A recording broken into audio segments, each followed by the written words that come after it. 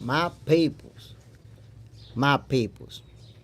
Y'all already know what it is, man. This is Jay Smith, Box Center, your favorite boxer's favorite boxing show. Check it, man. There's the magic question right there. You see it. Should Tank Davis go back to working with Floyd Mayweather after what happened with Lamont Roach? LLYY, my brother. JJ Zendejas first. What's the deal, my peoples? Y'all already know what it is. 9 in the morning, we on it, doing what we do. LLYY, nah, I'm first, JJ. So check it, fellas. You know, I've been wondering about, the situation with Tank Davis. Y'all know that he wasn't able to put Lamont Roach away. And I've been hearing rumors that Floyd Mayweather may actually work with him if he's going to do the rematch. So what do you guys think about that? What do you guys think about Floyd and Tank getting back together? Chris Fontaine, no. He got to make it right with Calvin first. I agree with you. We could see that there was some friction going on there. And you could see that Tank and Coach Cal wasn't really getting along like that. JJ's in the house. Good morning, everyone. Have a great day. 6 in the morning over here. Whoa, nice and early over here. It's a little bit later. But my peoples, the situation. Listen, I'm gonna keep it 100 with you guys. The situation with Floyd Mayweather and Tank Davis. I remember years back, I said this relationship is gonna go sour, and the reason I said that is because I remember there was an interview where reporters were trying to ask Tank Davis questions and Floyd would answer for him. I was like, I don't know, man. I don't know. Tank, he even put a serious face like he didn't like that. Chris Fontaine, speaking of that, you see they trying to make Tank Davis versus Keyshawn Facts. I seen that, my brother. Miss Bitch, what's the deal, Miss Bitch? Appreciate you dropping in. Nice and early. But I felt like Tank Davis and Floyd Mayweather, that situation was going to go sour. I remember there was an interview where they kept asking Tank questions and Floyd kept answering for him. And even jumping in and kind of like talking about himself, how he's the guy that's made the most money. And he's the, like Floyd would kind of make it about himself. And you could see Tank standing there like with a serious face, like you could tell he didn't like that. And I don't think anybody would like that. They're asking you a question, you want to speak for yourself, and it's almost like Floyd wanted to be the number one guy in the interview and have Tank Davis in the background. So even since then, I was saying, look, this relationship I think is gonna go sour, and it did. And even recently, Tank Davis said that it started going downhill when Floyd got word that his daughter was hitting Tank up on DM or whatever, and that started, making the whole situation go sour. But, I think that's something that maybe they could get past it. I don't know if they can. But definitely, if you could have Floyd Mayweather help you out, if you're having a rematch with this guy, I think that would help. LLYY, I don't think Floyd will back Tank. Tank says so much shit about Floyd. Yeah, he has said a lot. He has. I agree with that. Chris Fontaine, that ship has sailed. Noble Young, yo, Tank already come with enough duck sauce. JJ's in there has. Is it true that Oscar De La Hoya is very sick right now? Or is it not true? I don't know. That's something that I don't know, to be honest. LLYY, same. I think Floyd took enough shit talking Tank. He probably won't train him. Asiel Espinoso, good job. Appreciate you, my G. That I guess that's just wishful thinking. That Floyd Mayweather, one of the greatest to ever do it. So if you can have him help you out, prepare for a fight, that would be a plus. But I guess I agree with you guys. There's been enough friction between the two. And the funny thing is that Floyd, if you really think about it, he's never gone out publicly to bash Tank Davis.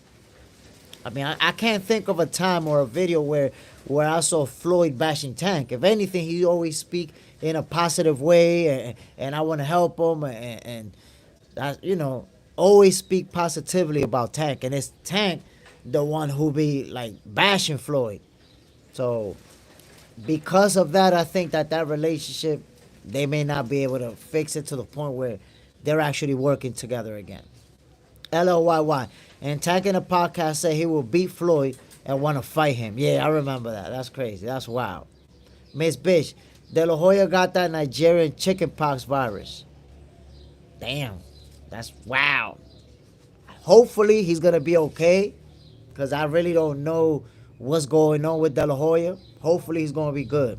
LLYY. Will you ever start a podcast, Jay Smith? Yes. Yes, I'm actually planning it out so that I can do a podcast. So that way, what I want to get done, what I'm considering doing, is going live in the morning and then at night doing a podcast.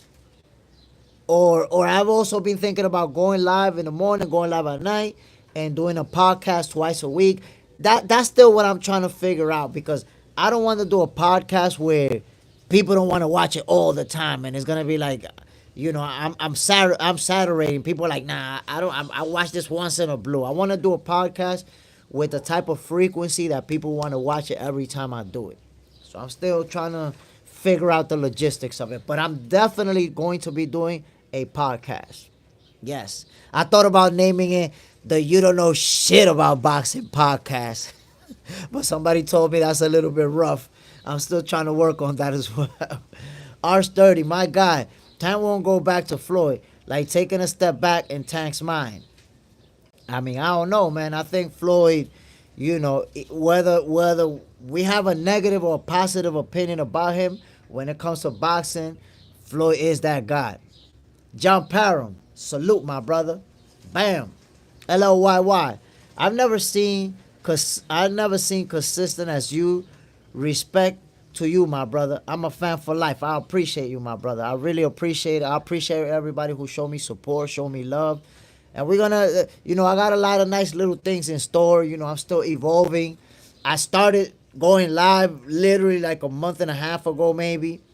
But there's a lot of things that I've been planning out. So y'all going to see some real good things from Box Center, I promise you. Chris Fontaine, do the podcast and the end of the week recap, everything in the week of boxing. That's something that's actually, if you may, I don't know if you saw the last video that I posted. The last video that I posted is like a recap video where I'm talking about where I'm showing videos of all these different lives that we've done during the last week. So that's what I'm planning. That's part of what I'm planning for the podcast, where we could get together on Friday and talk about last week's fights, all these things that's been going out throughout the week. There's a lot of things that I want to be able to address during the podcast. I'm also thinking about how long do I want it to be? Do I want it to be an hour? Do I want it to be 2 hours? So there's just some details that I'm working on, but I guarantee you a podcast is on the way, my peoples. That's for sure. Why 121s? Yes. Hello, what's the topic? We talking boxing, my brother. Ben Sanders, the podcast game is hard, but the grind is real. Yeah, you got to be consistent. I believe I have what it takes, the tools and resources. I have the skills to do a podcast and make it a good one. Just the little details that I got to work on, but we're going to get that podcast going, my peoples. I promise you. Güero, salute, my brother. Miss Bitch, Chris Fontaine, word on the bitch is that the one on the nigga on the chat got a super wrench. We need to solve the case so Jay Smith can banish them. Let me know who need to get banished. Güero, salute. John Parham, salute, LLYY. And at first, you don't have to invite nobody in your podcast. Just like how Chris Eubank Sr. doing and getting crazy amount of views, and it's great. JJ's in the house. Come on, people, let's get them people in here. Now, I'll tell you what, when it comes to the podcast, obviously, I'm gonna be starting from zero. It's gonna be a brand new podcast. A lot of people not gonna know about it, but I believe people will catch on and see that podcast and see what I'm doing, and it's gonna do good. is gonna do good. I promise you. John Parham, Jay Smith, reach out to Coach on True Media. He will help you with what you need and with any you got. All right, that's what's up. I'll definitely reach out, my brother. Definitely. Well, it takes time sometimes. Yeah, it does.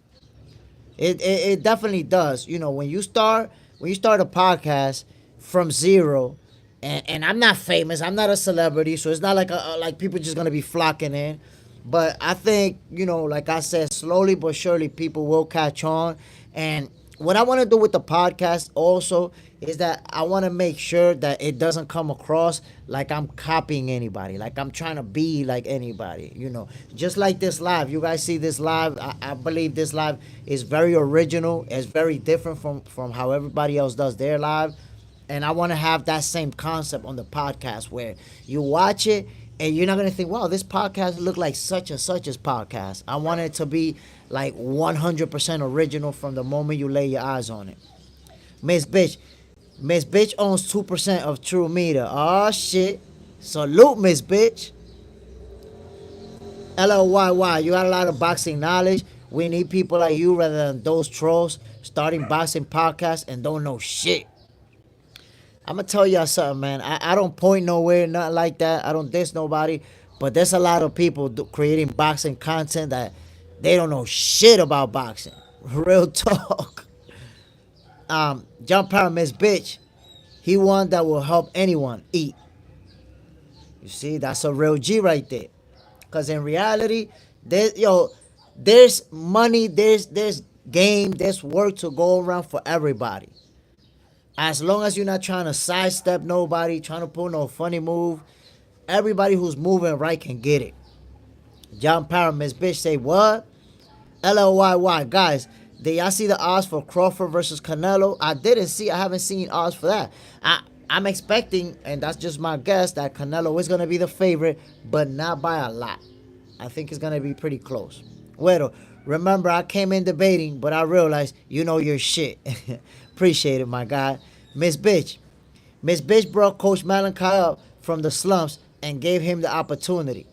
We was roommates. Oh, so y'all know each other. That's fire. That's fire. I did not know that. I thought you guys only knew each other from the channel. Ben Sanders. I have the B and C podcast on Sunday night at 9 p.m. and it is a grind, and I know you have what it takes. I appreciate it, Ben Sanders. Definitely appreciate that. Like I said, I'm working on small little details, but this podcast is definitely going to take off. Soon. And I'll keep you guys updated. I'll do my best to keep you guys updated. So it's not like I'm just going to launch the podcast and nobody's going to know about it. At least the people that are subscribed to this channel, you will know. I'll let you know on a live. I'll give you a date. I'll give you a time. Like, yo, this is it right here, my people. This is going down. So you guys will know when that podcast is going to drop, for sure. JJ's in there. Jay Smith. Are the fights going to happen in Alcatraz? I live 1 hour and 45 minutes from there. Listen, my brother. Those fights are definitely going to happen. I know 100% they're going to happen.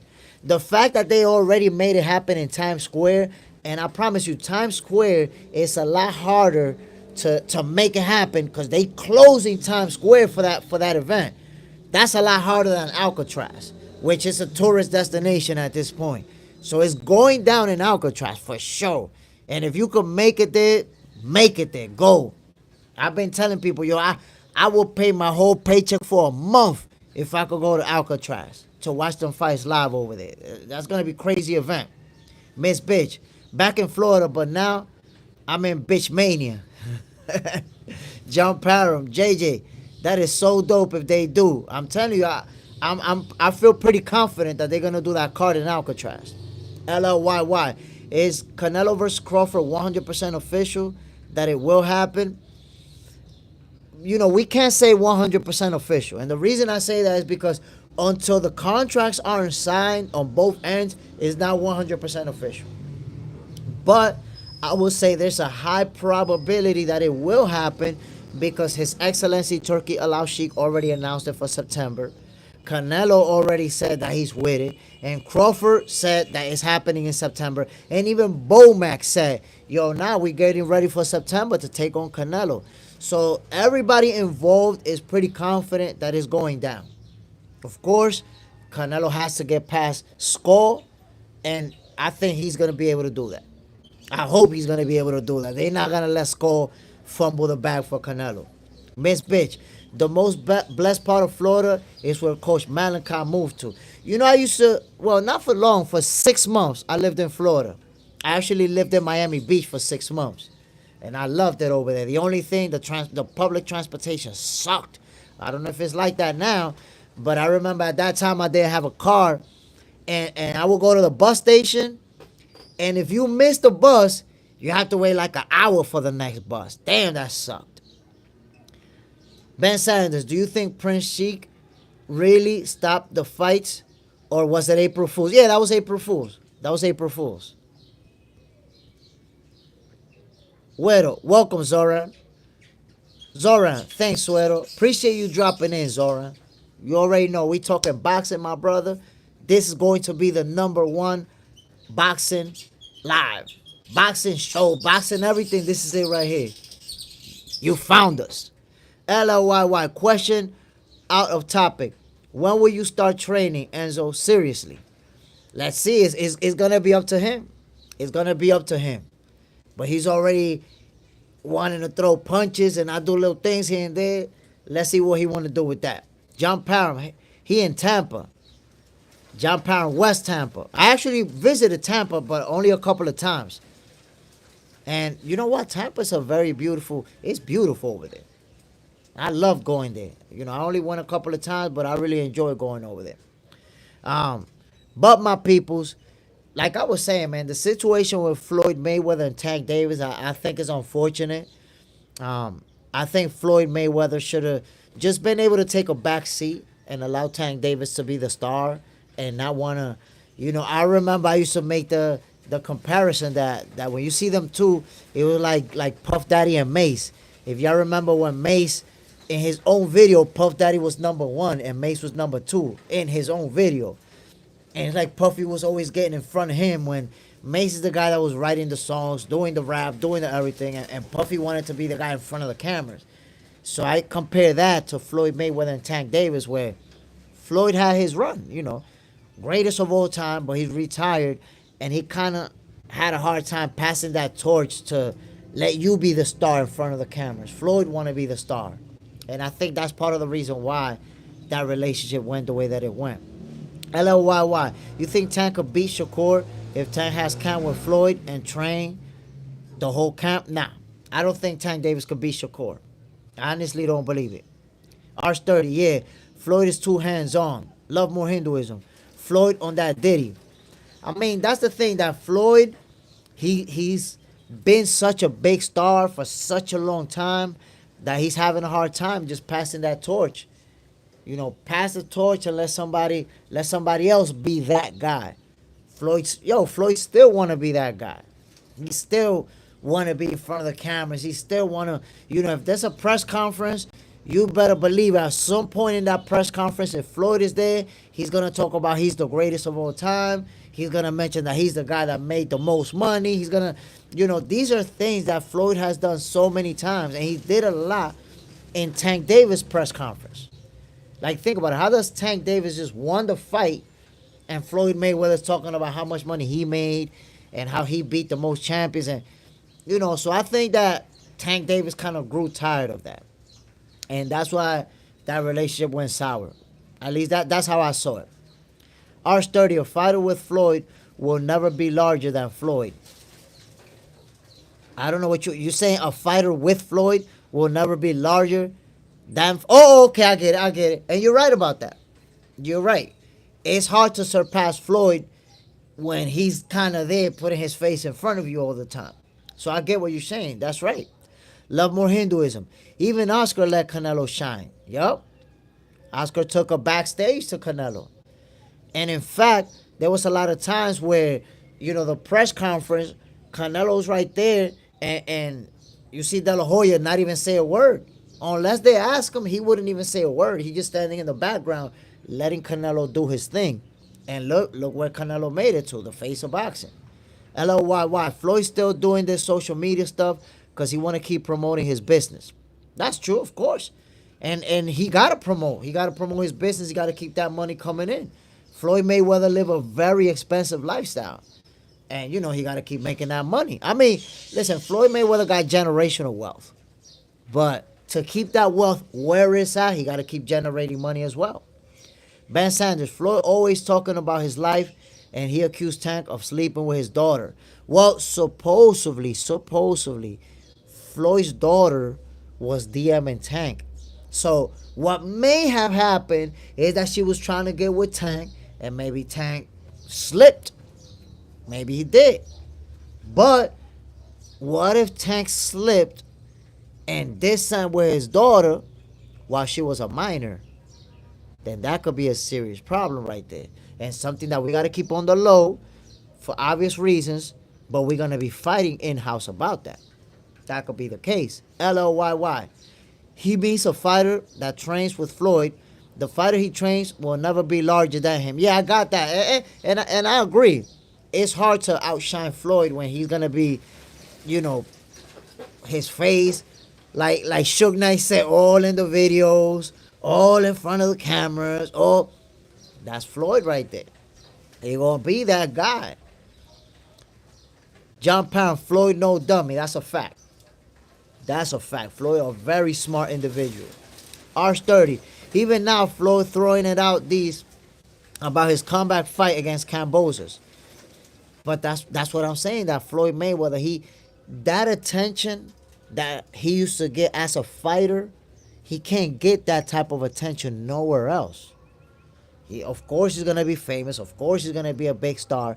But as an active fighter, he gets more attention than he gets as a businessman, as somebody that's buying, property and investing and making money for different things. He's not gonna get the same attention as he get when he step in the ring himself to fight. And it's a sold out arena, all looking at you, all praising you, all, Floyd want that attention. And right now he's not getting it. In the world of boxing, as a fighter, he's irrelevant. Max 7 Life, Tank don't need Mayweather. He needs his mind clear. Tank is way better than Mayweather. Nah, brother. I can't agree with you on that. Tank is definitely a top-notch fighter, an elite level fighter, a special fighter. But better than Mayweather, it's hard to say that because what has Tank accomplished to suggest that? Remember, Floyd Mayweather beat over 20 world champions. How many Tank Davis beat? Tank Davis is 30 years old, my G. And right now he's beat one reigning champion. And that was Pedraza, like how many years ago that was? That's it. So, it's hard for you to say this guy's way better than Floyd when his resume is not even half of half. It's not even a small percentage of what Floyd resume looking like. So that's crazy, bro. That's crazy. I can't agree with you on that one. Matt Gomez, Floyd not passing the torch was a real disservice to boxing as a whole. Sad he didn't put it at risk with Porter, Garcia, Thurman, Bradley, or any of the young guys coming up like De La Hoya did. You see, that's the difference, though. I think De La Hoya wasn't concerned with protecting that O. So he was just going to get in the ring, get in there. You saw De La Hoya got in there with prime Manny Pacquiao. And he got destroyed, but he got in there with him. That was a passing of the torch right there, too. So, Floyd, he wasn't trying that. He wasn't trying to do that. That's why Floyd, if you notice, towards the end of his career especially, look who he fought. He fought aging Manny Pacquiao. He fought Conor McGregor to retire. Before Conor McGregor, he fought Andre Berto. He didn't fight the best guys that was out. And Andre Berto, by the way, was a good fighter. But he wasn't that. He wasn't one of those guys. Arch30. Even nowadays, Floyd has this fighter that looks like young Tank. I can't think of the kid's name. That's Kermel Moton. And Kermel Moton, he could be very special. Very special. I hope that, Kermel is able to get the fights. Is able to get in there because he's a dog and you can already see that he's going to be a throwback fighter. Whether he's going to retire undefeated, I don't know. But he's going to be there ready to fight everybody and anybody. Carmel Moulton is that guy. Real talk. John Parham. Prime Floyd beats Tank any day. I agree with you. I agree with you. Tank would have had more power. Floyd would have outboxed him. And if we saw this fight with Lamont Roach, how it played out, then we should definitely know Floyd would have outboxed him. Real talk. I want to say easy work for Floyd, but I'm not even going to do Tank like that. But easy work. MAW, hello, boxing. Boxing fans, Jay and chat, smash that like button. Appreciate it, my guy. Y'all already know my peoples. Hit that like button. We talking boxing. We talking Floyd Mayweather. We talking Tank Davis. Max 7 Life. I hate resume talk. I go of eye test. That's the thing, though. I go of eye test too a lot. The problem with the eye test is that if Tank is not fighting the best guys out, then our eye test can deceive us. You got to take that into consideration, my brother, because if you're not fighting the best guys, we don't know where you're at. To give you an example, look how Tank versus Lamont Roach played out. Lamont Roach is a reigning champion in a lower division, and look how that played out. How is it going to play out if Tank fight Teofimo, if Tank fights Shakur? So if he fight one of those guys, then then you and me can both have a better eye test as to how he's gonna perform against the elite. So forget about the whole resume. Let's just see him with one of the best so that we can judge. I think that's fair to have that perspective, because I'll give you an example. Right now I'm 46 years old, right? If you take a 25-year-old guy who never been in the ring and you put him in there with me, I'm going to look like an elite level fighter. I'll look elite. But that's simply because I'm with a guy with no boxing experience. Now you put me with an elite level guy, I'm going to look like a bum. So the competition that you have can also deceive the eye test, my brother. MAW, salute, brother. Love more Hinduism. Jules Lee Vargas, he talks about what he talks about. And Jules Lee Vargas, he a good fighter too. Up and coming, young fighter. Signed with Floyd early on. He's Dominican. And when he was here in the Dominican Republic, getting his papers together to move out there, I was supposed to link up with him, but that didn't happen. We couldn't make it happen. We both had different things going on. Ben Sanders, Floyd has a fighter from Cuba that's short like Tank. You sure it's not Jules Lee Vargas? Because he's Dominican. Altima Sands, nobody fighting the best. That's not true. That's not true at all. Ryan Garcia fought Tank Davis, who's one of the best. Ryan Garcia fought Devin Haney, who's one of the best. Teofimo Lopez fought Josh Taylor, who was an undisputed champion, and fought Lomachenko, who was one of the best. There's guys out there fighting.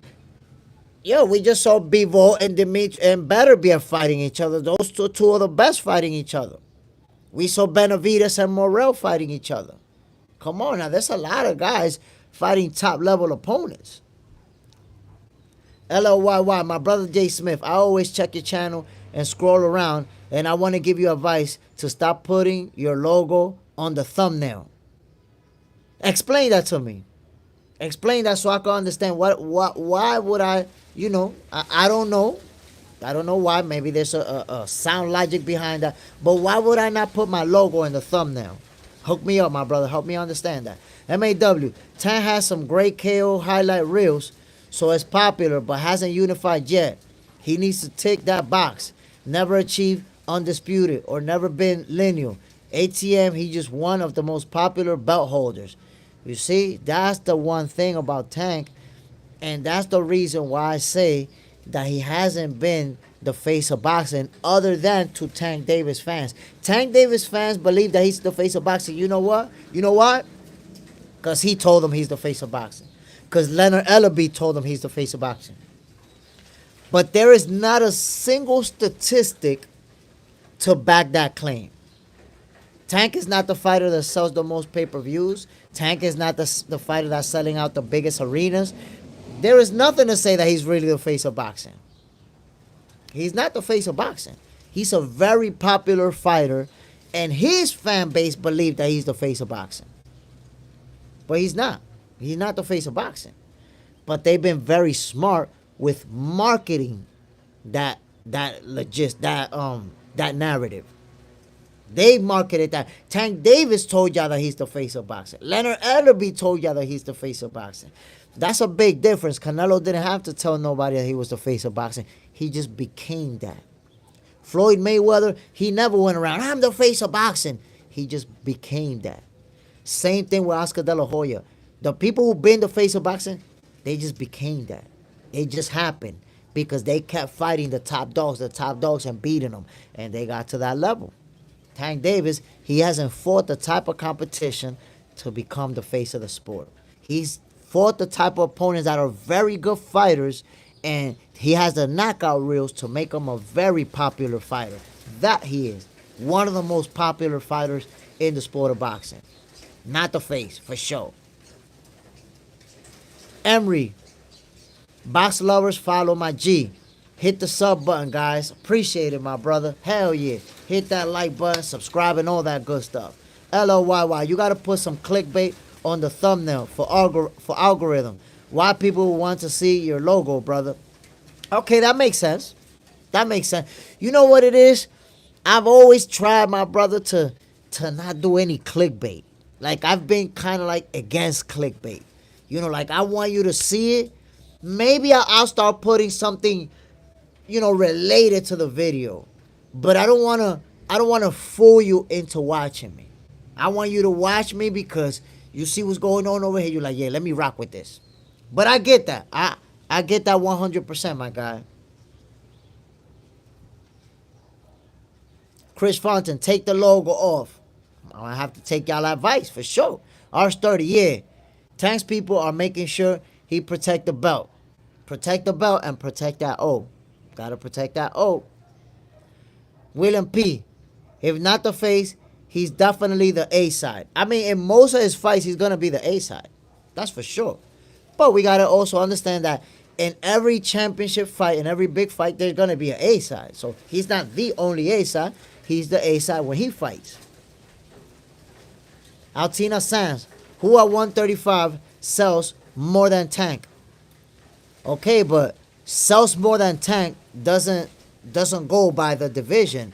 It's by boxing. The face of boxing is not the guy that sells the most at 135. The face of boxing is the guy that sells the most, period. That's Canelo Alvarez. When you try to narrow it down to 135, it's like you want Tank to be the face of boxing. You're like, who sells more than him at 135? But come on, bro. Boxing is not one division. Boxing is a bunch of different weight classes. A Boogie 616, no clickbait. You too genuine, my guy. That's what I'm talking about, man. I've never done clickbait. Ever. Like, I do what I do, and people just rock with me. But I will take y'all advice as to not putting the logo, but instead putting some type of title related to what the video is about, related to what the live is about. But I'm not with the clickbait, man. I never wanted to do clickbait. Miss Bitch, AB wasn't the one that found Tank Davis. It was Miss Bitch who found Abdul Wahid first and gave that nigga a home. Word, Miss Bitch? That's how it be? You're going to have to clarify that for me. Because AB been getting the credit for that. Been. Even I did videos saying, yo, it was AB that found him and brought him to Floyd. You got to fill me in. I need to understand what you're talking about. William P. Shakur said on a podcast that he know Tank the A side. Yeah, Tank is the A side. Tank is the A side versus anybody he fights in the division. That's facts. And what Shakur is doing is letting it be known. He's going to be the A side, and he's going to be the guy who's going to get the big chunk of the pie. Let's fight. Come on now. It's who the fans want to see. Miss Bitch, what you on today? Tank on top. AB did find him. LLYY, Miss Bitch, what's wrong with you today? Yo, I'm saying though. Oh, let me find out, Miss Bitch hitting us with the April Fools on April 2nd. Altina Sands, I hate clickbait. Keep being original. Yeah, yeah. Listen, me too. When I see clickbait, like I see a title, I'm like, oh shit, and I click on it, and then I realize that shit was just clickbait. I hate it. I'm like, oh man, damn, they did me wrong right now. So, me, that's something that I believe that I'll never do. I'll never do clickbait stuff. I'm simply gonna, I will take you guys' advice, and instead of the logo, putting some type of title to the video so that people know exactly what we're talking about, but not the clickbait stuff for sure. AM Jordan, Miss Bitch is such a contradiction name.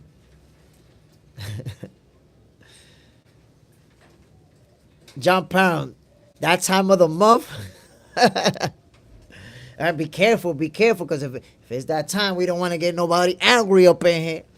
Um, but again, my peoples, the whole situation with Floyd Mayweather, Tank Davis, it's interesting to see how it has developed, and I still want to see what's gonna happen. Is Floyd Mayweather really gonna fight George Kambosos?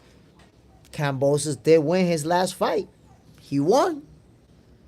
Could that be the setup for Kambosos versus Floyd? We're gonna find out. LOYY, hit me up on Twitter. I'll help you out. I'm not on Twitter, my guy. I'm not on Twitter. I actually created a Twitter account, and I think I tweeted like once or twice on there. Arch30, same here. Keep it real, my G. I'm here because you keep it solid and honest. Aris, yeah, we're gonna see. Like I said, my peoples, it will be interesting to see how this whole situation with Floyd Mayweather is gonna develop.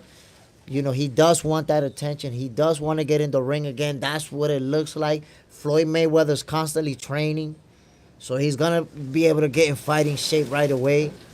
Is he actually gonna fight George Kambosos? Miss Bitch, Floyd will wear the gloves that I knitted for him in that Kambosos fight. Best believe. Damn, you knitted? That you knitted? 4 a.m. Jordan. How you gonna be respectful and call yourself Miss, then proceed to be disrespectful and call yourself bitch? Yo, Miss Bitch, keeping it bitchy. LOYY.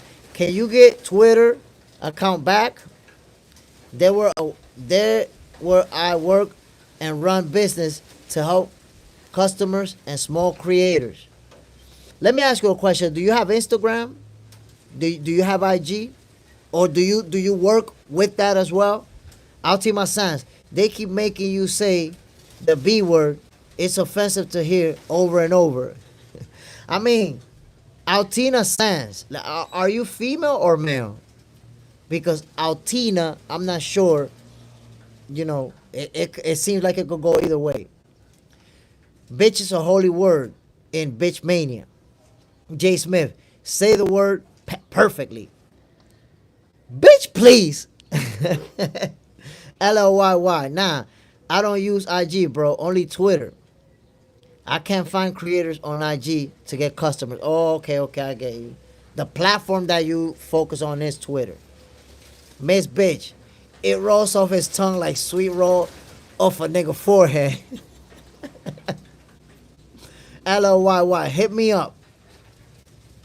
That's your Twitter. Listen, I don't even remember my user for my Twitter, so I have to get back into that slowly. I have to figure it out. Maybe change my password, because I don't even want to create a whole new one. And before you know, I have multiple accounts.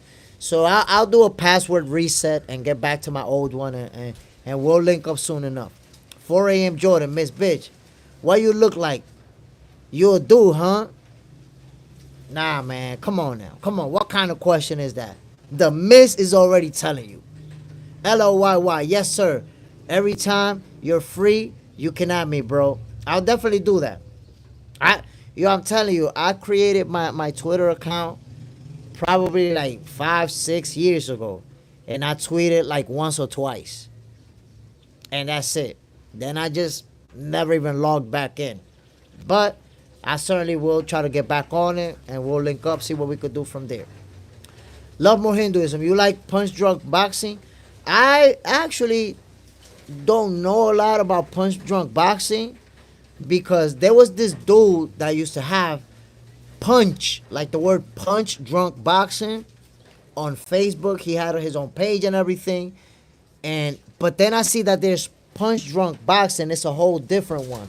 I heard about that one for the first time very recently, so I don't really know much about it, but I have heard about it though. Miss Bitch, don't y'all see the crown on my name? Superman. Salute, Jay Smith. What's the deal, Superman? Appreciate you dropping in, my brother. LLYY. Derrick James going back. Ryan Garcia and Floyd going back to Tank. What a coincidence. Oh, yeah. Ryan Garcia is back with Derrick James after being fired from Eddie Reynoso's. I was laughing. They was like, man, how you get fired on your day off? Ryan Garcia and Teofimo got kicked out of there. Love more Hinduism. He Dominican from Harlem. Who's Dominican from Harlem? The guy from Punch Drunk Boxing? Superman, he had to. He ain't get fired. 4 a.m. Jordan, Tank and 9. Tank and 9 versus Roach, I don't see that happening. That fight's going the distance, and Roach is going to win by unanimous decision. I mean, look, the situation with Oscar De La Hoya, the situation with Ryan Garcia and Teofimo leaving Eddie Reynoso, I kind of saw that coming. And the reason I say that is because, remember, Ryan Garcia and Teofimo, they fighting on May 2nd. And Canelo Alvarez is fighting the following weekend. That means that they're all going to be in training camp at the same time. So who you think Eddie Reynoso going to be working with, personally? He's going to be working with Canelo. That's his guy.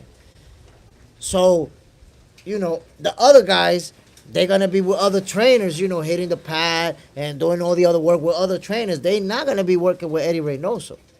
Canelo's going to demand 100% of that attention.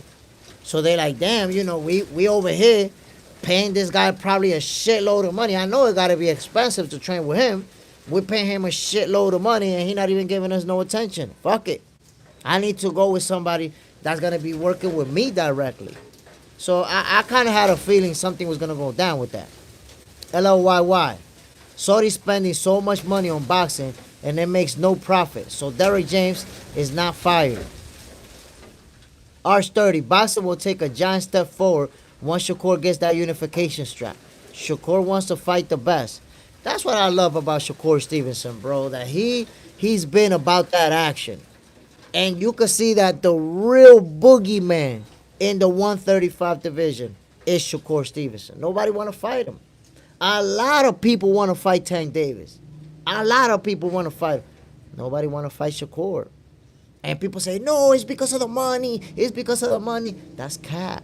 They don't want to fight Shakur because they don't want to take that L. Willie Longshot, Box Center merchandise coming to a town near you. You know it. You know it. These hats and them shirts. Wait till y'all see the shirts. I got some shirts coming soon. Y'all gonna be able, everybody gonna be able to order them. I'm still working on logistics, man, because right now I'm in the Dominican Republic. So shipping to the U.S. and all that, and how much money I gotta spend to do that. I don't want to be trying to sell a half for no $70 or no crazy shit like that. That's crazy. I want to be able to sell a half for $30, $35. So I still gotta figure out how I can ship it to people without having to spend too much money, because then I ain't gonna make shit out of it. MAW, Tam versus Keyshawn supposed to be a possibility now that Top Rank and PBC gonna work with each other. If it happens, Shakur versus Roach can happen. I believe that 100%, my guy. If Tank Davis does not rematch Lamont Roach, you best believe Lamont Roach and Shakur Stevenson is gonna be next. I truly believe that. Miss Bitch, maybe I should sign Lamont Roach to Bitch Made Promotions and help elevate his career with Super Fight. But Miss Bitch taking 10% of all our earnings plus 50K because I'm stingy like that. Gotta make that money. Gotta make that money. That's not stingy. That's being a businesswoman. 4 a.m. Jordan. Tank stops Keyshawn. I don't know, bro. I don't know. I think that's a bold prediction, my brother. Anytime you predict that an undefeated fighter is just going to get stopped, I think that's crazy. Like, there's nothing about Keyshawn that says that he's gonna be stopped. Nothing that we've seen that we could say, oh, he's chinny or anything like that. Come on, my brother. Ernest Morales, tuned in. Thanks for keeping it 100. I appreciate you, my guy. That's how we do it. Superman. Smith, what do you think of this Calmer, aka Wilder return? It could be strategic. I know a lot of people are saying that because he's coming back to BLK Prime, it's over for him or that he hit rock bottom. But remember, just remember, Bud Crawford fought on BLK Prime and the following fight was versus Errol Spence. And that fight with Errol Spence shot his stocks through the roof because of the way that he performed. He became a much bigger star ever since. So I think Deontay Wilder, that could be strategic. Get him an easy opponent. Let him, win in beautiful fashion. Spectacular knockout. And if that happens, we could see Deontay Wilder on the big stage again. So let's see. Let's see how it plays out. Now, if he gets pummeled, if he gets stopped, it's over. That's it. It's over. If he gets stopped, he's going to be fighting on public access. JJ Sendejas, let's keep it going, guys. Love hearing about boxing while I'm working. Willie Longshaft, Wilder still got that power. That's real. He still got that power that can end the fight with one punch, that right hand. So if he's able to win in beautiful fashion, guess what? There's a great possibility that we'll see Deontay Wilder fighting with one of the big boys once again. Maybe he's trying to go on a last run. Now, I'll tell you one thing. 4 a.m. Jordan, Wilder is damaged goods. I'm going to tell you one thing, guys. I feel like Wilder has made enough money, and I hope that he has enough money to live his life out comfortably, take care of his baby. So if that's the case, if he's good money-wise like I think he is, I wish he just wouldn't box no more. Maybe he's just trying to come back because he don't want to go out on a knockout loss. Maybe he could win this fight and get out of there. That's it. Step out of boxing. Because he's been knocked out a few times. He's taken some nasty shots. And when that happens, you can end up with brain damage. Willie Longshaft. Wilder hasn't had proper trainer. I mean, I thought that was a stupid move, He had a real good trainer. And he fired him after the Fury fight and came out with all these crazy conspiracies about, he spiked my water and all this other stuff. And then he hired a guy who was not even known for a trainer, who he knocked out in a previous fight. So I didn't even like that hiring. Now, one thing that I heard is that apparently Deontay Wilder, I remember Floyd Mayweather said, I'm willing to work with him. Floyd Mayweather wanted to work with him for the third fight with Fury, and he declined. So what I'm hearing is that Wilder's like, I'm not trying to pay these guys all that money. Because if you want to get an elite level trainer, you best believe you're going to pay elite level money to, have that guy on your camp. And it looks like Wilder, he's not trying to pay them big checks like that. That, I heard that somewhere along the line, that he not trying to pay that money like that. And that's why he working with some guy that he knocked out a few years back. LLYY, read my comment. Oh, my brother, I can't scroll all the way back up because this thing holds like 4 comments at once. And if you want to tell me what is you talking about, I'll be happy to respond. I'll do my best to check it out. 4 a.m. Jordan, he needs to retire. I agree. If he got the right amount of money to retire, retire. Retire, invest your money, live comfortably. Rather than, put yourself in a situation where you could suffer brain damage and you're not going to enjoy your fortune after that. MAW, Wilder might just want to retire on a W, hopefully. That's what I'm hoping for. He goes on BLK Prime, knocks this guy out brutally, and says right there, I'm retired right after that fight. But, here's the deal. Winning in explosive fashion may be what makes him want to fight again. Because now that confidence goes up. Other people around him like, we could fight. Look, if you land that punch on this guy, you could beat him. You could be a champion. So that could also work, work on him like, damn, yeah, man, maybe I could do it. I hope that's not the case, man. I don't want to see Wilder get in there with the big boys and maybe even get hurt badly. William Longshaft. Wilder net worth estimated at 30 million. That's what I'm saying, man. He got a shitload of money. Got a shitload of money. He don't need to fight. Arian, hi, I'm white. Well, welcome to Box Center. Whites, blacks, greens, purples are all expected to come through and show love to boxing. Welcome to the show, my peoples. MAW, sadly that's true, Jay. And I'm saying, man, listen, Deontay Wilder's a guy who, with limited skills, he made it all the way to the top. Most people who got the level of skills that Deontay Wilder have will never become a world champion. That was a great feat. Became a world champion. Defended his title multiple times. Come on now. Deontay Wilder, he put his name in the history books. LLYY, I am set you up with a new branded logo and new banner and new channel description. And I will edit your videos and make your thumbnails and edit your short form content on IG and other social media. Yo, I'll be happy. I'm telling you, I'm gonna set that thing up on X and we can talk about it and let's see what we could get done, my brother. I'm all in. I'm definitely, obviously, this is a channel that's gonna keep growing. That's gonna be the #1 channel of boxing. It is gonna be #1. But anything that we can do to fix up some images and clean it up, I'm with it, my guy. Superman, he talking about unifying. Who's talking about unifying? Tell me who's talking about unifying. JJ's in there. Boxing has no color boundaries. That's what's up. That's facts. Boxing is a sport that brings everybody together. R30, LLYY, chill, bro. You sounding thirsty, bro. Nah, I'm going to say LLYY, he have been mentioning about doing that before. Willie Longshaft, Wilder was exciting to watch because you knew if you don't get him out of there, he's going to switch your lights out.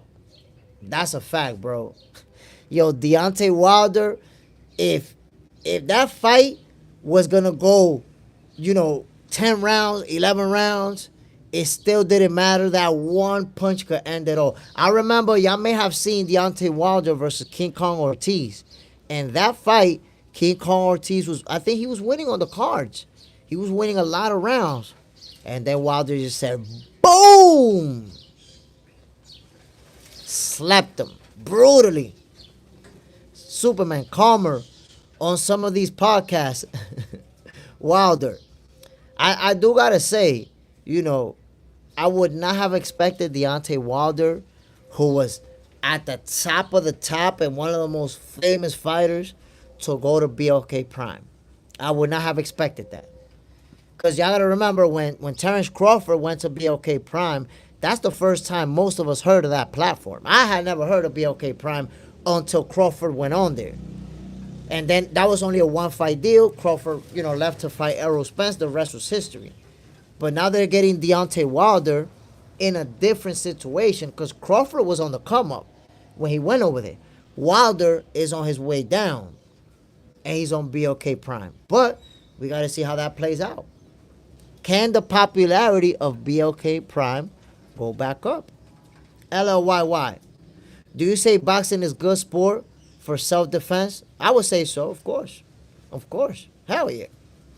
Just business. Every combat sport is good for self-defense. Just business. Yeah, me shaking up in this bitch. Deontay Wilder is wet trash. He can't defend for shit. If Tank gets Floyd back for this fight, Roach getting stepped on. And yes, I said Deontay down in 4 rounds. You think he's going to get knocked out in 4 rounds in his next fight? If he does get knocked out, it's over. Like, that's it, it's over. If you get knocked out on BLK Prime by a guy that we don't know, it's over. Then you definitely need to retire right after that fight. As far as Floyd training Tank Davis, and he would beat Lamont Roach if Floyd was on the team, I would have to think about that. Because I'm going for Lamont Roach to win the rematch if they fight, based on what I saw in the first fight. But if Floyd joined that training camp, then I would have to really think about it. Willie Longshaft, Wilder knockout of Braziali was beautiful. That was a work of art. That night Deontay was Deontay Picasso Wilder. Work of art. LOYY. What's your opinion on that MMA fighter Sean O'Malley saying, I hate boxing because it's a combat sport. You can't defend yourself or use it in the streets. He does a different sport. He has his opinion. I respect his opinion. Obviously, I'm going to disagree. Every street fight doesn't end up in a clinch and it doesn't end up in the floor. Sometimes in a street fight, people get punched in the face and knocked out. And if you get punched by a boxer, you might go to sleep. Miss Bitch, how we know if bitch plus bitch divided by the circumstances of bitch, E square MC bitch. MAW. You nearly midnight here, and I'm struggling to stay awake. I'm gonna get some rest, gang, later. MAW, appreciate you dropping in, my brother. Have a good night. Go to sleep, and we see you tomorrow, my G. LLYY, Miss Bitch, what the fuck wrong with you today? What's up, Miss Bitch? You having a nice little drink, maybe? Oh, wait a minute, it's morning time where you at, right, Miss Bitch? I think it's the morning time where you at. So if it's the morning time, you just having a good time. Fuck all that. But my peoples, listen. The whole situation with Lamont Roach and Tank Davis, I believe if Floyd Mayweather was to join that camp, it could play out differently. It really could. But also Coach Cal. If Coach Cal is going to take the lead in this training camp, that could also make a big difference. Just business. Yeah, and here's a fact you love. Every time Deontay finna really swing his body shift to that side and he cock backs too far, a quick jab, then uppercut every time. That's true. And Deontay Wilder, one thing he does, he telegraphs his punches a lot. That right hand, he bring it all the way from. But that's how he generate all that power too. LOYY. If just Khabib versus Floyd had happened, Khabib, I don't think Khabib is even interested in that. And the reason I say that is because these guys are from a culture where they don't care about having the most money or getting the most checks or the biggest checks or the type of money Khabib has and the lifestyle that he lives. He's good. He's good for life. So these guys, that culture, they don't care about, I made a $50 million payday. He don't care about that. A Boogie 616. Bless up, Box Center family. What's the deal, my brother? Arch30. And terrible footwork by Wilder. Yeah, his footwork. Then in that training, they had him doing like a 360. Like, what the fuck was that all about? Then he did a 360 right before getting knocked out by Big Bang Zhang. Like, who the hell trains to do a 360 in boxing, bro? That's crazy. That guy that was training Wilder, I don't know what the hell he was doing. LLYY, it was about to happen many times. Khabib said, we'll have 11 rounds boxing and 1 round MMA. Yeah, but Floyd was never going to agree to that. That fight was never going to happen, bro. William P. Wilderness is trash overrated. It's hard to say trash, my brother. I wouldn't say anybody who was able to win a world title is trash. If you talk to Deontay Wilder's opponents, they wouldn't tell you that he's trash. Especially the ones who went to sleep. They wouldn't tell you that he's trash. And you got to remember, Deontay Wilder went 12 rounds in that first fight versus Tyson Fury. Tyson Fury, one of the best heavyweights in this era. If he was trash, he would not have been able to go 12 rounds with Tyson Fury. Second fight, third fight. You don't do 3 fights with one of the best of the era. So he wasn't trash. He just didn't have that level of talent like the elite, but not trash, bro. I wouldn't say he's trash. LLYY. Now, Wilder is a GOAT. He started at 22 years old, and look where he at, bro. That's what I'm talking about. 22-year-old fighter, start that late, and still make it all the way to the top. That's not common at all. It's not. JJ's in the house. Come on, guys. Hit that like button. The 360 was to help his fall. That shit was crazy. I never seen somebody training to do a 360 in training camp and then actually do it in a fight and get knocked out right after doing that 360. Like, what y'all was doing, bro? Just business. If Floyd trained Tank again for the rematch, I got Tank in 6. He gonna go back to walking down, a big shot jumping, But don't forget, don't laugh. But if Roach Mom's there, listen, in my opinion, Lamont Roach got Tank Davis's number and he can outbox him. Floyd Mayweather can make a difference, I believe, if he joins that team, that training camp. But we got to see, man, because Lamont Roach looking like he got Tank's number. Real talk. William P. Tyson Fury got a chance from Wilder because he was on drugs bad. Just business. You my mans. Fuck that Deontay Wilder trash. Superman. Haha.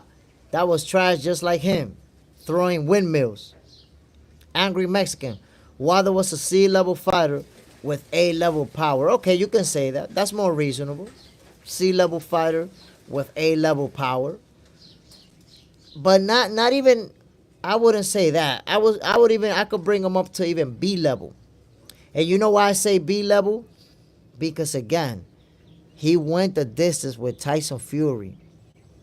Trash fighters are getting knocked out by Tyson Fury within the first 5-6 rounds. You look at the resume, the bumps that he faced, they got knocked out. Clean. And Wilder went 12 rounds with him. So, it's hard to say a guy goes 12 rounds with Wilder and he's trash. Deontay Wilder got the Francis Ngannou fighting style, just focusing on power, that's all, and throwing punches without focusing on where the punches land and technique. Love more Hinduism. Come on, more B. William P. Angry coming through with facts. Thank you, Mexican. Superman. Yes, his skills are mediocre. That was a rehabilitation Fury. Yo, listen. You're saying that was a rehabilitation Fury, but you got to understand, for that fight, Fury was in a full training camp, was fully focused, was fully committed, and had a chip on his shoulder that he had to prove himself. That was one of the best versions of Tyson Fury's that we've seen. So rehabilitation or no, that's irrelevant. Fury went in there with a chip on his shoulder, having to prove that he was that guy, and we saw it. We saw that he was. LLYY. Usyk versus Deontay. I don't think that's gonna happen. I mean, Deontay Wilder right now, he's not even close to fighting for a title. So he would have to work himself into that fight. And I don't know. I don't know if he's going to try to have a last run. Maybe he is going to try to have a last run, work himself up to a title shot. But before getting a fighter like Usyk, he would have to win this fight on BOK Prime and beat a contender. Beat somebody. Maybe beat the guy who beat Big Bang Zhang or somebody like that. Jay Will. Francis Ngannou went to decision with Fury with no problem. Fighters should use him as a bar.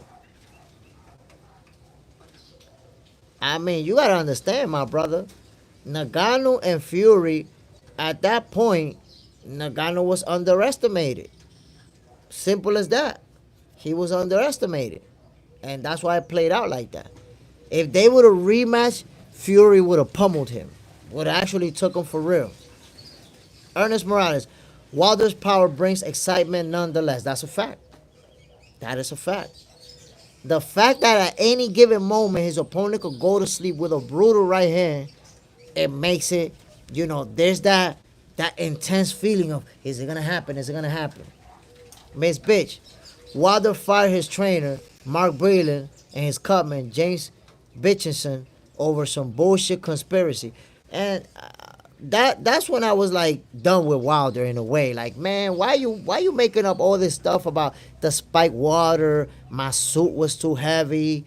My dog ate my homework. Like, Wilder has so many excuses when that fight happened that I was like, oh man, I'm not liking this. You want to see a champion? If a champion lose, you want to see him take that L like a man. Like, yo, he was the better man that night. That's how it played out. We'll be back. That's what you want to see. Love more Hinduism. Ngannou better boxer than Wilder, but didn't experience the type of success that Wilder did.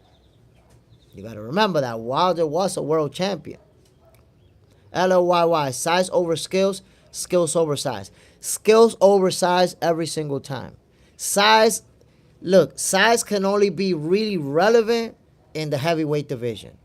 because there's no limit to weight. So a guy that weighs, let's say, 220 pounds versus a guy that weighs 260, that 260 pounder is a lot heavier, and those punches have a lot more weight behind them. So weight is going to matter, but outside of the heavyweight division, skills overpower every single time. JJ's in their house. That's why I said Wilder can still sell tickets. I believe it, yeah. He's an exciting fighter. There's always going to be that suspense of what's going to happen in his fight. And the one thing about Wilder, listen, win, lose, or draw, his fights are always fun to watch. Because you know you're going to get a slugfest. You know a fight is going to break out. There's no such thing as a boring Deontay Wilder fight. There isn't. Superman. Yes, it used to be like that. I don't like watching him fight anymore. He ain't got that power. It's within the confidence. Miss Bitch. Wilder ducked Hector Vicino and Demetrio Bichin. R30. I mean, did he really duck? Or was he just trying to get the big fights, the big names, and all that good stuff? R30. Chasing that knockout is what Tank fans live by. When that doesn't happen, Tank is very beatable. Tank knows this with Roach. Well, he found that out with Lamont Roach for sure.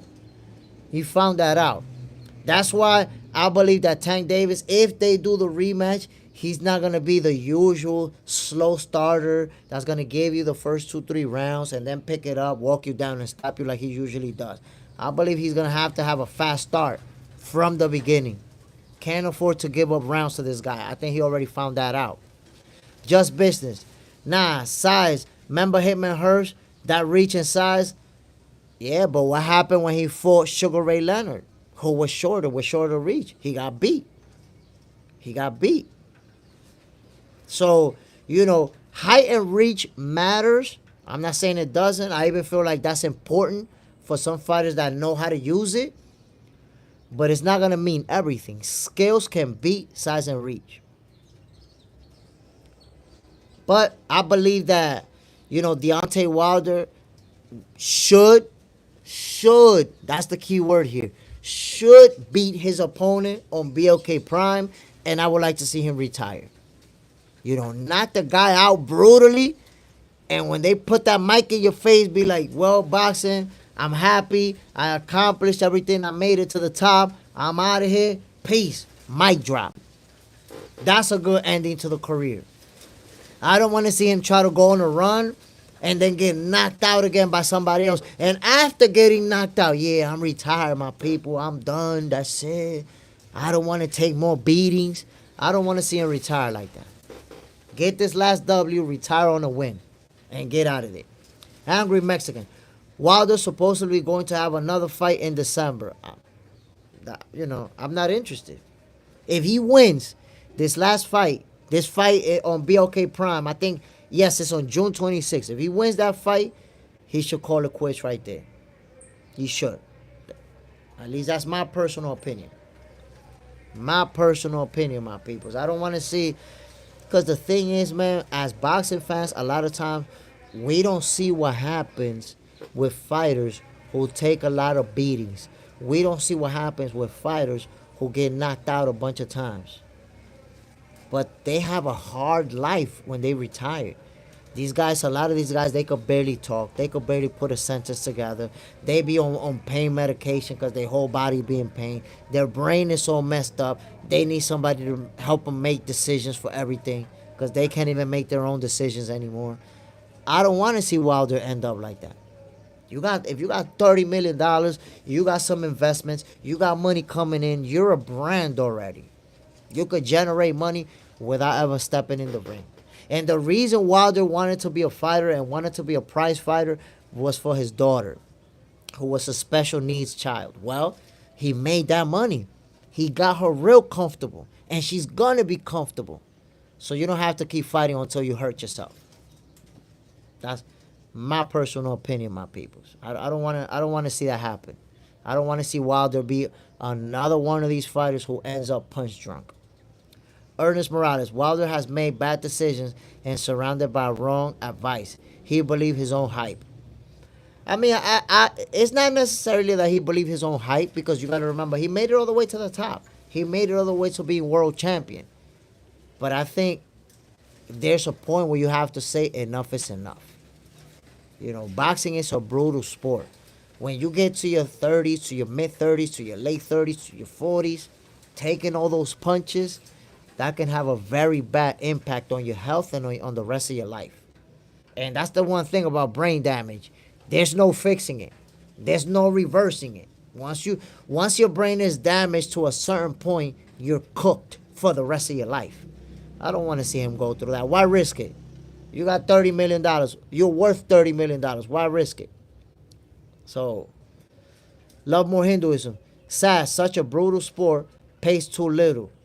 And most people don't even realize that, man. The overwhelming majority of boxers don't make millions of dollars. So if you're lucky enough to have made millions, protect your health. Protect your health. Angry Mexican. Pacquiao being spoon-fed by his wife after the Ugas fight was tough. You see? People, most of the time we don't get to see those scenes. Most of the time we don't see it, but it happens. Guys be hurt really, really bad. That's why sometimes a fight happens, and after the fight, you won't see that guy for a month, for 2 months, for 3 months. Because during that healing process, they hiding. They don't want you to see him like that. Why you think when Errol Spence got beat by Crawford, you didn't see a single picture or video of him for months? It was months where he was completely disappeared. Because they didn't want y'all to see that healing process. Guys take a bad beating in the ring. And when that happens multiple times, your brain could end up being cooked. I don't want Wilder to end up like one of those guys. Just business. It shows how boxing is falling off. We barely want to watch these fights. I stand on this, unless it's Canelo, you really don't get action. Now, I don't agree with you, my brother. I really don't agree with you, because we got to look at the fights that we've already had this year, and it's early into the year. But we have Benavidez and Morrell. We had Dmitry Bivol and Beterbiev. We have had some good fights this year. The women also. We've had the women with some great fights. There's a lot of great fights in boxing. There's just not a lot of huge stars that are fighting each other. But there's been a lot of big fights, bro. A lot of real good fights. LLYY, what was the best fight you ever watched? It's hard to name just one. I could say Eric Morales versus Antonio Barrera. One. That fight was crazy. Marco Antonio Barrera. That fight was crazy. That fight was super crazy. Love that fight. But there's been a lot of great fights, man, that we've seen.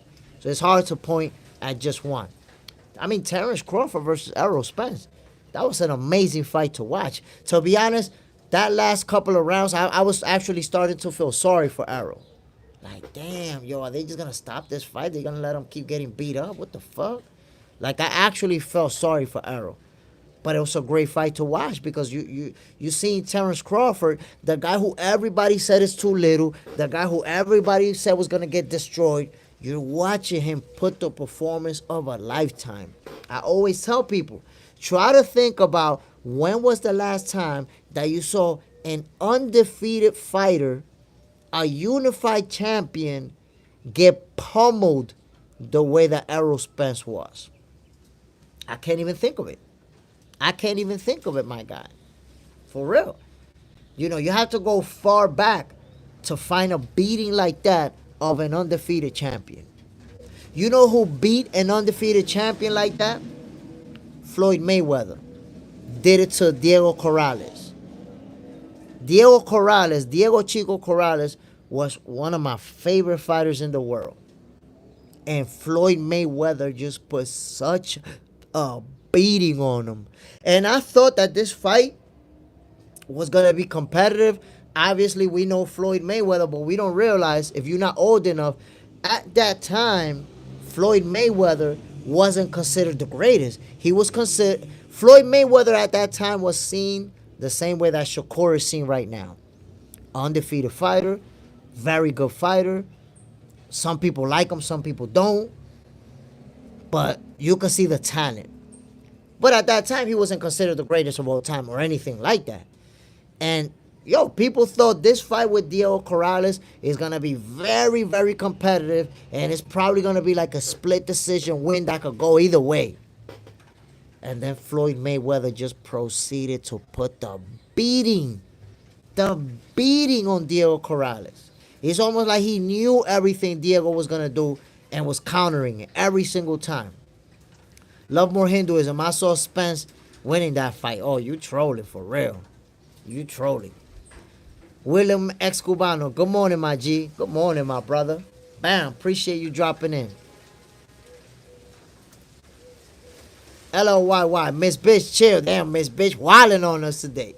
JJ's in there. Has Corrales was from Sacramento. 20 minutes from me. Yo, rest in peace to Diego Corrales, man. He was a top-level fighter. Sucks that he died young, died in a car accident. But Diego Corrales gave us some of the best fights that we've seen. Remember his epic comeback, which is probably one of the most epic comebacks in the history of boxing. It has to be. I still remember I got to watch that fight live, and I thought he was going to lose that fight. Like, oh, shit. You know, he gets knocked down multiple times, spitting out the mouthpiece. I'm like, that's it. This next round, they're going to stop him. Diego Corrales is going to get stopped. And then he just started landing those shots. Boom, boom, boom. And he stopped, bro. That was crazy. That was crazy. Just business. I'm just saying, we don't have them bro bangers no more. They don't want to fight each other. They chase checks. Unless Bud and Shakur fight no action no more. I mean, we're not getting as many of those type of fights, especially between the big names. Everybody's, you know, a lot of people protecting that O. But we're getting some good fights. We're getting a lot of good fights. And we're getting good action, too. Just not getting the names fighting the names, which that part I don't like. Hash Bass.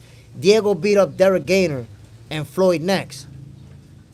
No, he didn't beat up Floyd, bro. Did you watch? Floyd put the nasty beating on Diego Corrales. But before they fought each other, I actually thought it was going to be Floyd Mayweather's toughest challenge. I was like, yo, Diego Corrales, he may not beat Floyd. He might not have the skills to beat Floyd, but he's going to give him his toughest fight he ever had in his career. And Floyd Mayweather absolutely destroyed him. Destroyed him. You see how I was telling y'all that I felt bad for Errol Spence? Like, I actually felt bad when he was getting pummeled. I felt the same way for Diego Corrales. Like, damn, yo, Chico's taking a beating. What the hell's going on? Floyd just had his number. Floyd had his number. JJ said there has motorcycle accident in Vegas. Yeah, man. R.I.P. to Diego Corrales.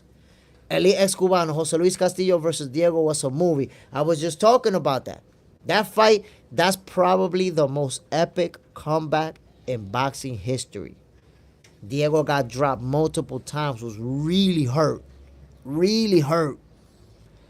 And you remember his trainer in the corner tell him, oh, we got to really get into him now. We got to get him now. That's it. And for him to come back around after getting dropped a couple of times, spitting out the mouthpiece, he survived that round. And in the following round, he stops Castillo. That's crazy. That is crazy the way that happened. One of the most epic fights I ever seen. One of the most epic endings. They could do a movie based on that fight. They could actually do a movie based off of that fight. Love More Hinduism. Fundora is entertaining. Facts. Because Sebastian Fundora, he doesn't use that height advantage, that reach advantage. He likes to fight inside of a phone booth. And I love to see it. Love to see it. Miss Bitch, Fundora is Fundora, evil twin brother. And then look at his sister, Sweet Poison. His sister's the youngest undisputed champion. She can fight too. And she has those same features. She's tall. She has that reach advantage. The only thing is that she does use her height and reach a little bit more than him. Hash Bash. I know Floyd schooled him, but I used to like Derek Gainer. But I felt like Diego Corrales was going to beat him. I felt like he was going to beat him. I was like, nah, Corrales is the better fighter out of them two. Love More Hinduism. Spence ain't coming back. I mean, let's see.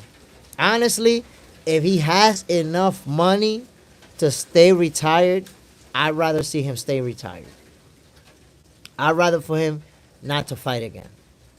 That's my personal opinion. With the type of punishment that he took from Bud Crawford, I would prefer Errol Spence to just call it quits, protect his health, protect his brain, and enjoy his life with his family, enjoy his money. That's it. I don't want to see him, just like I was saying about Deontay Wilder. I don't want to see Errol Spence maybe get knocked out again, take another beating, and really end up messed up in the head. And I'm going to tell you what, my peoples, right now, I'm still worried about Errol Spence. And you know why I'm worried about Errol Spence? Because I used to follow him on Instagram for a long time. And he was somebody who was very active on social media. Always talking in the videos, always taking a lot of pictures.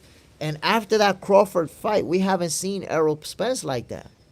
You don't see him talking like that. So I'm wondering, how has his speech been affected, if it has been affected after that fight? Because if he's not talking the same no more, he definitely shouldn't fight again. JJ Sendeja, Gusson was his trainer. El ex-Cubano, Gabriela Fondora has a mean streak in her. $1 million smile and a pit bull in the ring. Reminds me of Sugar Ray Leonard. Yo, Gabriela Fondora has all, and I said this is on video. Gabriela Fondora has all the intangibles to be the face of women boxing after Clarissa Shields. Because right now, Clarissa Shields owns women's boxing. But you got to think about it. Gabriela Fondora is like 30 or like 22 years old, I think. And Clarissa Shields just turned 30. There's an 8-year difference between them. So if Clarissa Shields retires, let's say at 36 years old, 37, she's going to be making a shitload of money. By that time, her money's going to be out of this stratosphere. By that time, Sweet Poison is going to be like 29 years old. If she keeps winning and keeps accomplishing, I think that she could be the next face of women's boxing. That's how good she is. Bill Dragno, getting beat is a part of boxing. That's a fact. Getting beat is a part of boxing, but it's the fashion in which you get beat. Because if you get outscored and you get beat, okay. But if you get pummeled really bad, if you take a lot of punishment, if you step off the ring looking like a Ninja Turtle swole up everywhere, you can't take too many of those beatings before your brain is cooked. So, you gotta protect your health for the future, because you're not gonna box forever. What happens when you don't box anymore? And you can't even put a sentence together. You can't even have a conversation because your brain is messed up. Love More Hinduism. Cotto was never the same after Margarito. And even though he was able to keep winning and accomplishing, but his speech was different. And the thing about Cotto, that he was able to retire and, make some big paydays. And thankfully, he didn't have to come back. Once you're seeing signs that there's something wrong with your brain, if you retire, you could at least maintain it where it's at and not get progressively worse. But if your brain is already a little bit messed up and you keep taking punches, it's going to be bad. It's going to be real bad for you. Real talk. LOYY, Cotto, I like this dude. He got some good highlights. Cotto was a heck of a fighter. And Cotto was, the regular throwback fighter who's going to fight everybody and anybody. That's Miguel Cotto. Miss Bish, did they even prove that Margarito cheated? I thought it was only a conspiracy. Well, with Cotto, they never proved it.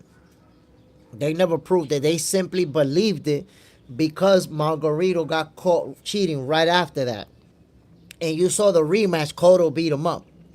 So they did the rematch, and Cotto even said, his punches was nowhere near the same.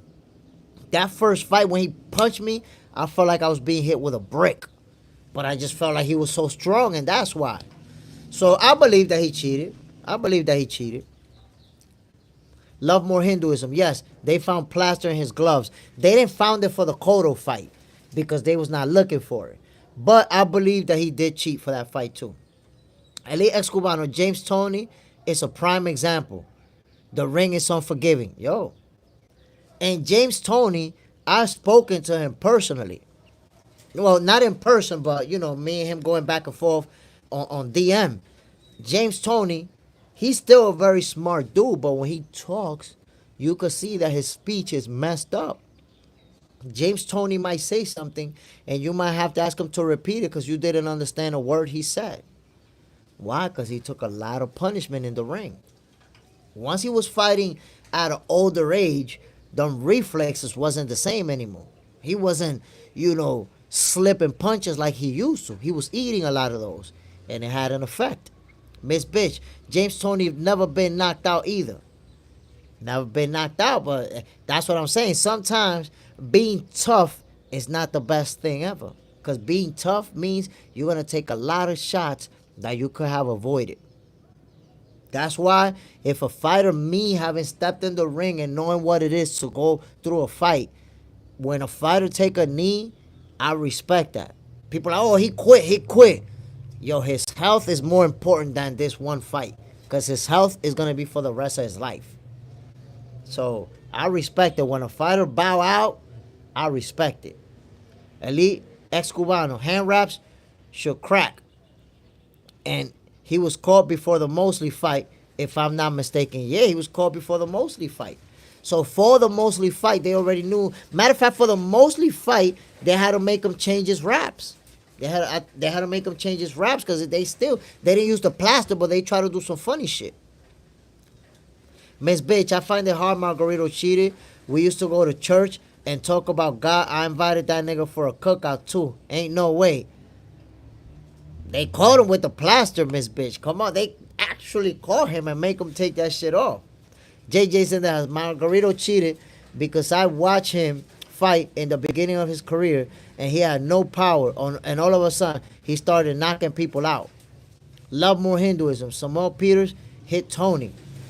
I'm telling you, great fighters, if they stick around too long, they take the type of punishment that they won't be able to recover from. The greatest of all time, Muhammad Ali. Look how Muhammad Ali ended his career. It was sad to see him fight. Look, I put it to you like this. The saddest thing about Muhammad Ali's career is when he fought Larry Holmes. You know why? Because at that time, he was already cooked. He was already, I'm the greatest, He wasn't even talking right. His body wasn't right. And they really let him go against an undefeated, young, strong Larry Holmes. It's like, for some reason, they wanted to believe, you know what? He did it to George Foreman. Nobody thought he could beat George Foreman, and he did it. He's going to somehow do a miracle and do it to Larry Holmes. And, it was obvious. That was crazy that he fought Larry Holmes in that state that he was in. And they allowed that fight to happen. He took a nasty beating from Larry Holmes. And look how his life played out. Muhammad Ali, one of the greatest fighter arguably ever, didn't have a great quality of life. I mean, he had money, lived in a nice house, had his family, but quality of life is not about how much money you have or how much material things you have. It's about how you yourself can enjoy your life. Can you walk around? Can you talk? Can you laugh? And he couldn't do those things. He didn't have a great quality of life because all the punishment that he took in the ring. Sad. That's sad. R30, true. James Toney never been a good speaker. Then add all those headshots, punch drunk. I'm telling you. If you see James Toney right now when he's talking, you could barely understand him. And that's because of all that punishment that he took. So we gotta respect fighters when they bow out of a fight, when they get in here, boom, boom, boom, boom, and they take a knee. You gotta respect that. Take care of your health, my brother. I don't want you to stand there and be a warrior, boom, boom, boom, and then be punch drunk in a couple of years. That's what happened. Those fighters that they're the warrior and they never go down, they end up messed up in the game. Hash Bass. Ali lost to a fighter that only had 8 fights. That's irrelevant, though. That's social media boxing fans that think that the number of fights is irrelevant. Lomachenko became a champion with 2 fights. That's irrelevant, my brother. That don't mean anything. Miss Bitch, 8 fights that he got a medal for. That's like social media fans boxing talk. Oh, he only got 10 fights. He only got 8 fights. He only got 8. That's social media fan stuff, my brother. He lost to a great fighter, a top level fighter. Doesn't matter how many fights you got. That's irrelevant. That's why I bring up Lomachenko was a champion at 3 fights, 2 fights. Lomachenko became a unified champion with like 4 or 5 fights. That really don't mean anything. But at the end of the day, we have to look at what does it do to a fighter when they keep fighting and taking punishment past their prime. Your body doesn't recover the same way. I'll give you an example, my peoples. Look, most of you already know that I did my pro debut at 44 years old. Y'all think about that. 44 years old. Most boxers are retired at that age. That's the age that I did my pro debut. And at 44 years old, I fought a guy that was 35 years old. All the good fighters are fighting at that age, right? A 9-year difference between me and my opponent. And it was only a 4-rounder. Bro, after that 4-rounder, guess what? I had headaches, and we went the distance. I dropped him and he dropped me. Yo, I had headaches for like a whole week. Headaches. Like my head hurt. Not only that, yo, for like 3 days after the fight, I was throwing up. Throwing up. Like 3 days after the fight, I was throwing up. Headaches killing me. And that was only a 4-rounder, bro. Versus a C-level fighter. We're both C-level, could be considered C-level fighters. A 4-rounder. And yet I was hurt. Headaches. Throwing up. Now imagine these guys going 12 rounds, pounding each other. That recovery process is crazy. So when you're at the tail end of your career, that you've been fighting, you got a lot of mileage, you taking a lot of punishment, those punches hit different. That damage does you different. I'm trying to tell y'all. Arch 30. Even Larry Holmes felt bad beating down Ali like that. Yeah, he did. But at the end of the day, boxing is a business. He had to do what he had to do. Javier Hernandez, Lomachenko fought world-class fighters early in his career. Facts. That's a fact. That's a fact. Hash Bash, you only talking the exception, and Loma also lost early in his professional career. Okay, but him losing is irrelevant. He became a world champion early on. The guy who beat Ali became a champion early on. That happens in boxing. That guy was also an exception. That's the point. There are exceptions. Lomachenko is not the only one. Elite ex-Cubano, I miss Errol Spence and his big fish movement. That Errol was confident and looked unbeatable. That's crazy because we was talking about they conned everybody. Everybody bought them. Remember that shirt where he's wearing the shark suit and he got Crawford, knocking on Crawford's door?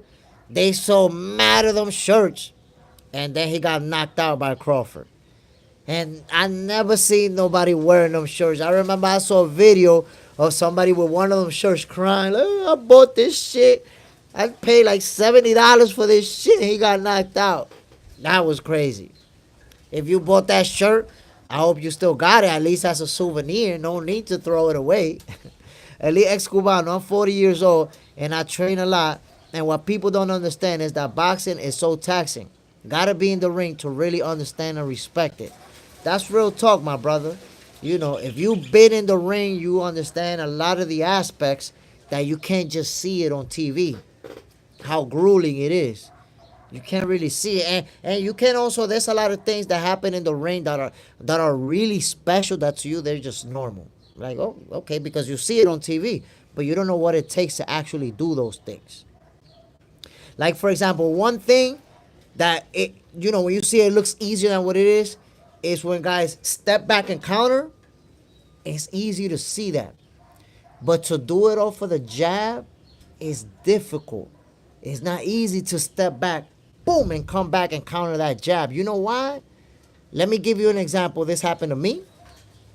I'm there with a guy, and he jabbed, and I stepped back, and when I was coming forward, boom, got hit mad hard with the right hand. Mad hard got caught with that right hand. So it's not just step back and punch. It's that you got to know when to do it, because if he jabs and you do it right, you're going to catch him. But if you do it wrong, you're going to get caught with that second punch that's coming. And you're going to get caught flush because you're going to be running into that punch. You're going to be coming forward when you get hit with that punch. That happened to Floyd Mayweather versus Maidana. But he mastered that. Most of the time, Floyd was money with that counter. But with Maidana, that's the time where the tooth supposedly got knocked out. Floyd Mayweather went back on the jab, and when he was coming forward, the right hand was already coming. Boom! And he got hit flush. But the bell rang right there. He actually stumbled his way onto his corner. Come on now. Hash Bass. Leon Spinks was never recognized as a great fighter winning against Ali. Leon Spinks is recognized as a great fighter. I don't know what you're talking about. Leon Spinks is without a shred of doubt recognized as a great fighter. Come on now. Google him. Google him. How you going to say that? Spinks is recognized as one of the best fighters of that era. Come on now. Eli Ex-Cubano. It's muscle memory and drilling. Ozzy, did you have any amateur fights? Yes. Yes, sir. As an amateur, I had 10 wins and 2 losses. But that second loss in the Golden Gloves, that got me out of amateur boxing, unfortunately. Ozzy, Leon Spinks is a Hall of Famer. That's what I'm talking about. How Hash Bass is saying Leon Spinks wasn't a great fighter? A Hall of Famer, one of the best heavyweights of that era. You wildin' out. You see Hash Bass, when you finding a way to hate on somebody, you say outlandish shit, bro. How you gonna say that Leon Spinks wasn't a great fighter? One of the best of the era. Come on now. Hash Bass, Michael Spinks is recognized and not Leon. Come on, man. How you gonna say that? He's a Hall of Famer, bro. The guy is a Hall of Famer. Do you think just anybody gets into the Hall of Fame? Come on, bro. Come on, bro. LLYY, where the merch at? When the merch is available, we'll let you know, my brother. Ozzy, 2 brothers in the Hall of Fame. Only other 2 brothers are the Klitschko's. I mean, I'm trying to tell you, when you get into the Hall of Fame, you did a lot. You did a lot of big things. You were a special fighter. Ali got beat by a great fighter. So that hate narrative, he only got beat by a guy with only 8 fights. That's only social media haters, my brother. It's almost like all the social media hater narratives, you know all of them and you use all of them. Damn, bro. Dry turkey. Michael Spinks was the one I remember. I mean, they was both great fighters. Think about it. In the history of boxing, there's only 2 sets of brothers that are in the Hall of Fame. That right there tells us. R30. Boxers taking body shots ain't no joke. Boxers take those shots and keep on coming. Yeah, that could cause you some nasty damage. Nasty. JJ's in there. Spinks the Jinx was his nickname. Spinks the Jinx. That's a cool nickname. There's a lot of cool nicknames in boxing. Elite Ex-Cubano. Smash that like button, my peoples. Facts, my peoples. We at 28. Let's get to 30 likes. 2 more likes at least. Y'all can make that happen for me. You know, let me tell you something about nicknames. Did y'all know that Marvelous Marvin Hagler, he actually legally changed his name to Marvelous. Marvelous Marvin Hagler. He changed it legally to that. You know why? Because the announcers, they refused to call him Marvelous. They would announce him as Marvin Hagler. That's it. He was always Marvin Hagler. And he wanted to be called by his nickname, Marvelous Marvin Hagler, but they refused. He changed it legally. So that wasn't no longer just his nickname. His real name was Marvelous Marvin Hagler. And now they had to call him that. David, Watched your fight on YouTube. Couldn't afford your effort for your first pro fight. Something you dreamed of. Appreciate it, my brother. Definitely appreciate that. And I tell you, to me, that was a one-shot deal because when I was an amateur, I dropped out of boxing, started living a messed up lifestyle, and I always wanted to be a pro boxer. So I decided, you know what? I'm at least fight once. I need to step in the ring once as a professional. I gotta do it. I can't become, a grandpa and be able to say, damn, I never did it, man. I never did it. Fuck. I didn't want to have that regret. And sometimes, the stars align for you. I was in a gym training. I met the guy that was training me. Turns out that later on he became a boxing promoter here in the Dominican Republic. So now he's a promoter and he already knew me. So I hit him up like, yo, I need to fight, bro. Give me a fight. I need to fight. And we made it happen. So I'm glad, obviously I took a L, but I wouldn't take it back. That experience, I wouldn't trade it for anything. Hash Bash, I don't believe anyone can get into the Hall of Fame because Leon finished his career with 26 wins and 17 losses. So you see, you're part of the social media fan base that you focus on losses and you don't focus on what he actually did. You're always focusing on hating. Oh, he only had 8 wins. Oh, look how many losses he had. Oh, you're only focusing on hating, brother. I see why they kicked you out of all those other channels, like you said before. Oh, they kicked me out. Because you hate too much, bro. You hate on everybody. But over here, you could come and spread all your hate all you want. Elite Ex-Cubano, good for you, Jay Smith. I appreciate it, my brother. And by the way, to me, that was a one-shot deal. Like, I'm going to just fight once, and that's it, because I got to do it. I want to fight as a professional. But I was actually trying to get the rematch with that guy, and he refused. He refused, yo. I tried for a whole year, try to get that rematch. I wanted to fight him again so bad, but we couldn't make it happen. But in July, I will be fighting in an exhibition. So I'll be happy for that. Get to step in the ring once again. Get to trade leather with somebody. So y'all going to see that exhibition. That's going to be fun. LLYY, yo, bro, I'm out. I'll work with some customers. Add me. Bam, bam, bam. Remember me, bro. I will. Don't worry. I don't have this saved right here. But as soon as I, get back into my Twitter account, reset my password, all that good stuff, on here on this live, I'm going to hit you up and I'm going to be like, yo, I'm already on. Let's get it. David, hate helps algorithm. They carry on. Yeah, yo, Hash Bass is a mean hater, bro. He a hater. We need the haters too. Elite Ex-Cubano. Jay Smith, are you Dominican? If so, are there any Dominican legends we should know about? I am Dominican.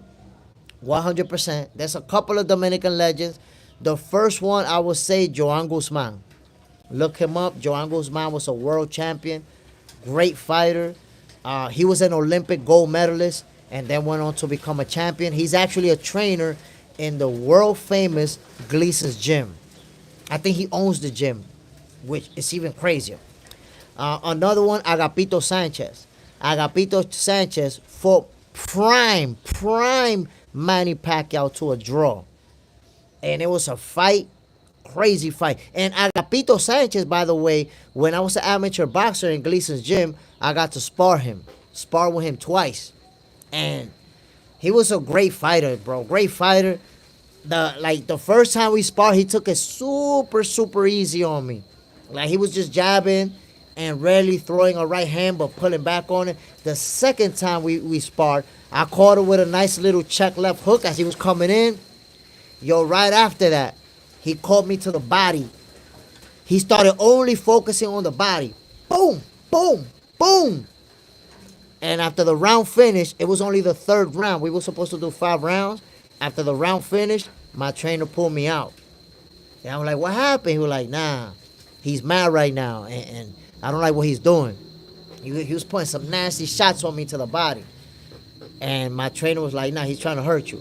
He's mad right now. This is not good. JJ's in the house. Focus on fighters that don't duck nobody. I love it. I love it when a fighter's all about that smoke. I love to see it. Arch 30, Jay Smith, back in the ring in July. Awesome. Are you training now? I'm gonna start training real soon, and y'all gonna see videos of me hitting the bag, sparring and training, all that stuff. I'm gonna be posting it for you. And my exhibition fight, I'm gonna go live so you guys can see it live as well. Elite ex Cubano, he was being nice with you. He was being nice with me in that first one, and even in that second one, he was being nice up until I caught him with that hook. Then he stopped playing nice, and he was, he didn't give me no big headshots, but he was digging hard to the body. To where as soon as the round was over, that's it. My trainer was like, nah, we good, we good. And I asked him what happened. He was like, nah, he's mad right now, and I don't like what he's doing. JJ's in the house. Whoa, Gleason's gym is historical. And let me tell you something, because I found out that the new Gleason's gym is in Manhattan. I was in Gleason's gym in Brooklyn, in Front Street. I was in the Gleason's gym where, all the stars of boxing who was relevant at the time, I got to see them in person. All of them.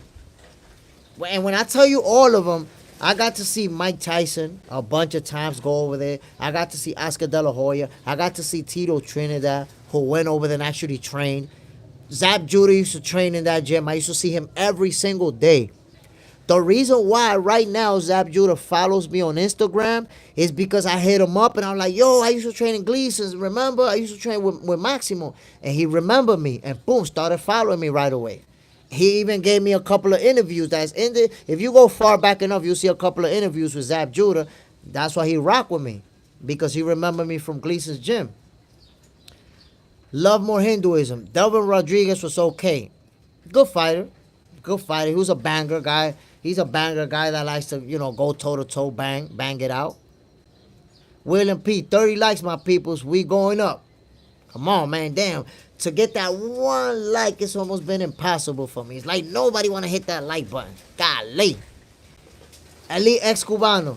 When you land on someone who's levels above you, you notice a change.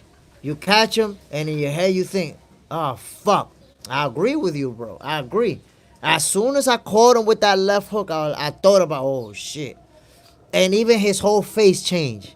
Like, he was, like, smiling. And when I caught him, he was like, now you could see he was more serious.